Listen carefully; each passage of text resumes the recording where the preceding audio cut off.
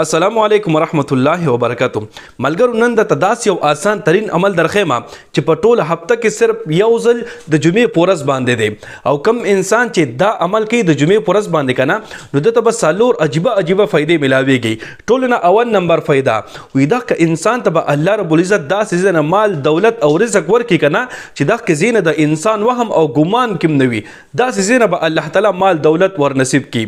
دویمه فائدہ وي کدي انسان باندې د غرونو برابر قرض کنه دا ټول په ټول قرضونه به د الله رب العزت په فضل او کرم سره مکمل ختم شي. دریمه فائدہ وي دا انسان به تر راتلونکي جمعې پورې الله رب العزت د هر قسم حادثو او مصیبتونو پریشانونو محفوظ وساتي. څلورمه فائدہ وي دا انسان به الله رب العزت تر راتلونکي جمعې پورې د هر قسم ګناهونو نه محفوظ وساتي.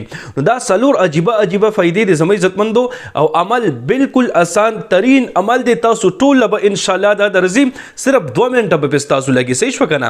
نو عمل کم یو دی عمل درته ما خو اول دا خبره ووري چې دا عمل چې دی کنه سړی به کوي دا عمل د جمعې پورس د جمعې مانځه نه پسو چې ټول منځ د جمعې ختم کې کنه سړی به دغه ټیم کې دا عمل کوي او زنانه به اوس دا عمل څنګه کوي. نو زنانه چې د جمعې په ورځ باندې د ماسپخین منځ وکي کنه د ماسپخین منځ نه پس به زنانه دا عمل کوي صحیح شو. نو عمل اوس کم دی عمل ته تاسو غوږ کېږدئ. نو زموږ عزتمندو د قرآن پاک بالکل اخیری درې سورتونه چې دي سورۃ الاخلاص سورۃ الفلق او سورۃ الناس دا به تاسو و پیری وای صحیح شو کنه.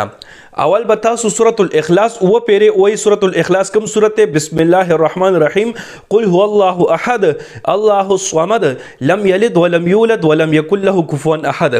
دا به تاسو و پیری وای هر ځل چې دا سورۃ وای کنه مخکې ته بسم الله الرحمن الرحیم وای بهتره خبره ده صحیح شو چې دا و پیری برابر شي.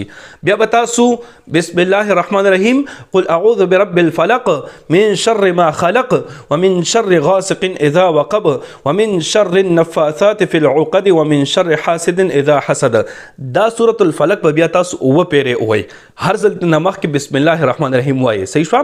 بیا به اخر کې سورۃ الناس بیا تاسو و پیری وای. سورۃ الناس کوم سورته بسم الله الرحمن الرحیم قل اعوذ برب الناس ملك الناس اله الناس من شر الوسواس الخناس الذي يوسوس في صدور الناس من الجنة والناس. دا صورت به بیا تاسو و پیری وای. نو دا د قرآن پاک اخیری 3 سورتونه د زموږ عزتمندو هر صورت به تاسو و پیری وای. نو جمعې منځ نه پس په سړی وای او د جمعې پورس د ماسپخین منځ نه پس په زنانه وای. نو دا که څلور فائدې به درته ملاويږي صحیح شو کنه.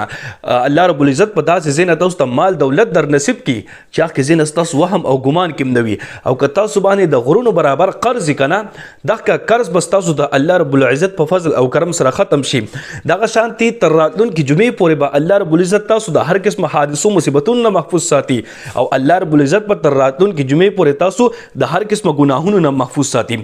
نو کوشش زموږ عزتمندو چې هر جمعه تاسو دا عمل جاری ساده کنه هر جمعه نو ټول عمر به الله رب العزت تاسو د هر قسم حادثونو محفوظ ساتي هر قسم مصیبتونو به الله رب العزت تاسو محفوظ ساتي او هر قسم ګناهونو نه به الله رب العزت تاسو محفوظ ساتي قرضونو نه به الله رب العزت محفوظ ساتي او داسې زینه به الله رب العزت تاسو ته مال دولت او رزق در نصیب کی چې هغه زینه تاسو وهم او ګمان هم نوي. نو زموږ عزتمندو څومره آسان عملونه دي سونه لږ ټایم په لګي او څومره اوچته فائدې دي. نو کوشش وکړئ چې دا عملونه ضرور تاسو شروع کړئ صحیح شوږي.